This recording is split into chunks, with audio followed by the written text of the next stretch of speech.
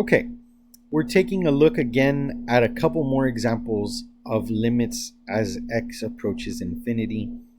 And we're taking a look really here at some neat examples because they look quite challenging, but they're actually not that bad when you think about it. So I'm going to remind you, this is something that I discussed in another video, but when we're talking about limits at infinity, this mnemonic device here, Bobo Botno Eats DC, can really help us with limits at infinity. If we're thinking about a rational function, all right, and we're comparing the exponents, if the exponent on the bottom is bigger on bottom, then the limit of the function approaches zero. If the leading exponents, if the leading exponent is bigger on top, then it says Botno, it does not exist. And if the exponents are the same when you compare the leading coefficients and the leading exponents, then you just divide the coefficients. So let's go ahead and take a look at this really simple example here. And then we'll look at it algebraically by dividing out the largest exponent from each. And you'll see one of these is more advantageous over the other. So what I'm looking at here is that I have x squared in the top, x squared in the bottom. This is the case of Eats DC. The exponents are the same. So let me write that down. Exponents are the same. Divide the coefficients. So what I'm going to simply do is divide the square root of 25 divided by the square root of 36, and that ends up being 5 over 6. So this is actually my answer already, but let's go ahead and do the algebra for this. Okay, you're gonna see, I mean, if you want, fast forward to the next problem at the bottom there, but yeah, this is a lot more tedious. All right, 25 x squared over x squared divided by 2 over x squared plus 36 x squared over x squared. Okay, and I'm actually going to extend this root all the way down because that's where it should go. Well, this crosses out, leaves us with 25.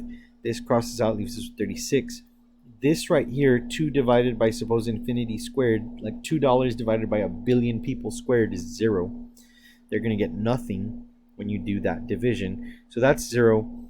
You end up left with the limit as x approaches infinity of the square root of 25 over the square root of 36, a constant, which works out to be 5 out of 6.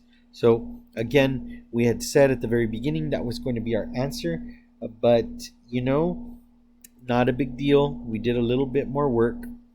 All right, let's look at this one right here. So this one's kind of nice. I can already see what it's going to be, but let's go ahead and do the binomial expansion for the bottom. What do we mean? Probably you know this to be FOIL. You're going to multiply. All right, so 16x squared plus x minus 3 divided by, let's see, I'm going to do this really quick in my head, x squared minus 8x minus 9. You can verify that with the FOIL method here. But I'm going to use my trick now, Bobo Botno Eats DC, and I see that the exponents here are the same. So what do? Divide the coefficients. So you're left with basically the square root of 16, which is 4. Okay, so the answer to this one, quite simply, is going to be 4. But let's do the algebra. All right, let's do the algebra. All right, so you might, I don't know, have stopped watching this video now. But if you're still with us, you'll get to see what we're talking about. 16x squared, we divide it by x squared because that's the largest exponential power, plus x over x squared minus 3 over x squared. It just gets tiring to write all of this stuff out. That's why a little shortcut is helpful. All right, minus 8x over x squared minus 9 over x squared. And what does that look like? The limit as x approaches infinity, we end up with X squared over x squared, that crosses out, 16, then plus x over, I'm sorry, 1 over x becomes 1 over x, and the next part stays the same, 3 over x squared divided by 1 minus 8 over x minus 9 over x squared.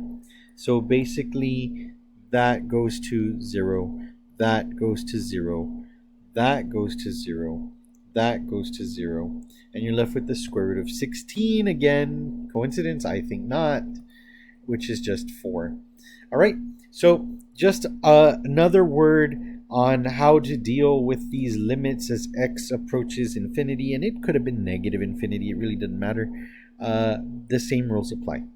Okay, so I hope this video was helpful, and as always, like and subscribe.